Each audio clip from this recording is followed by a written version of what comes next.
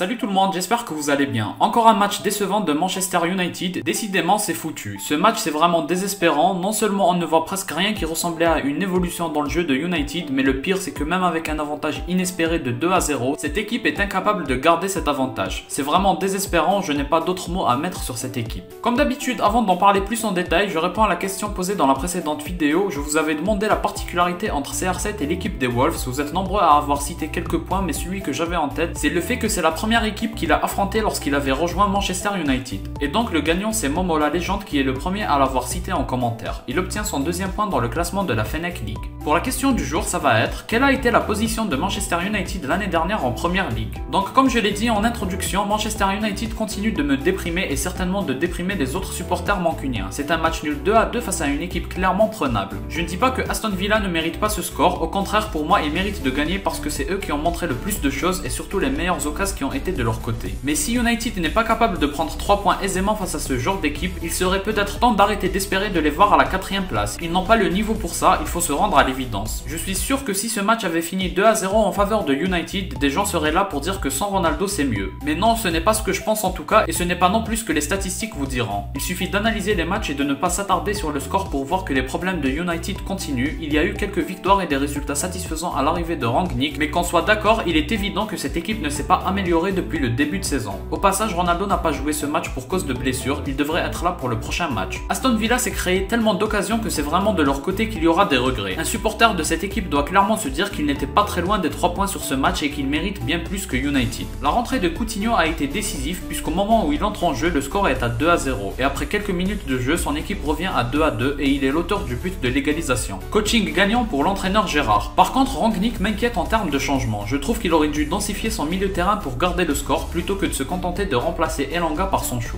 Forcément, Sancho ne va pas aider défensivement, il va plutôt chercher à être efficace en attaque pour montrer qu'il mérite une place de titulaire. Oui, c'est facile de dire les choses à la fin du match, mais en attendant, les choix de Rangnick ne sont pas toujours logiques, je trouve. J'en profite puisque j'ai parlé d'Elanga pour dire qu'il a fait un super match, les rares occasions de United sont arrivées de son côté, et surtout il a fait vraiment beaucoup d'efforts, gros travail défensif et une grande présence offensive. Je trouve qu'il mérite beaucoup plus de temps de jeu que ce qu'il a eu jusqu'à là. On peut évoquer l'absence de Ronaldo et si ça change quelque chose ou pas, mais je trouve que le problème n'est pas là, le centre de la discussion devrait être autour du plan de jeu de United. À l'arrivée de Rangnick, j'ai cru qu'ils allaient enfin se mettre à faire du pressing cohérent et arrêter de laisser l'adversaire faire sa vie tranquillement. Mais c'est pas du tout ce qu'on voit sur le terrain, que ce soit Solskjaer ou Rangnick, c'est les mêmes problèmes. On compte sur De Gea défensivement et offensivement, soit Ronaldo fait un miracle, soit un autre joueur, ou alors on compte sur la chance. Parce que là, il faut le dire, on voit pas du tout un style de jeu avec cette équipe, tous les buts sont différents et souvent c'est à la suite d'une erreur adverse, c'est jamais dans une construction de jeu comme on le voit avec City. Donc il n'y a pas d'automatisme et c'est pas un hasard si on voit City mettre des buts similaires à chaque match mais que tous les buts de United ou les phases de possession n'aboutissent jamais de la même façon. Juste à titre d'exemple qu'on peut analyser entre les deux équipes, je vais prendre l'exemple de City face à Chelsea. On voyait l'équipe de City entière dans 30 à 40 mètres au milieu de terrain. En gros, la ligne défensive de City est au maximum à 40 mètres de sa ligne offensive.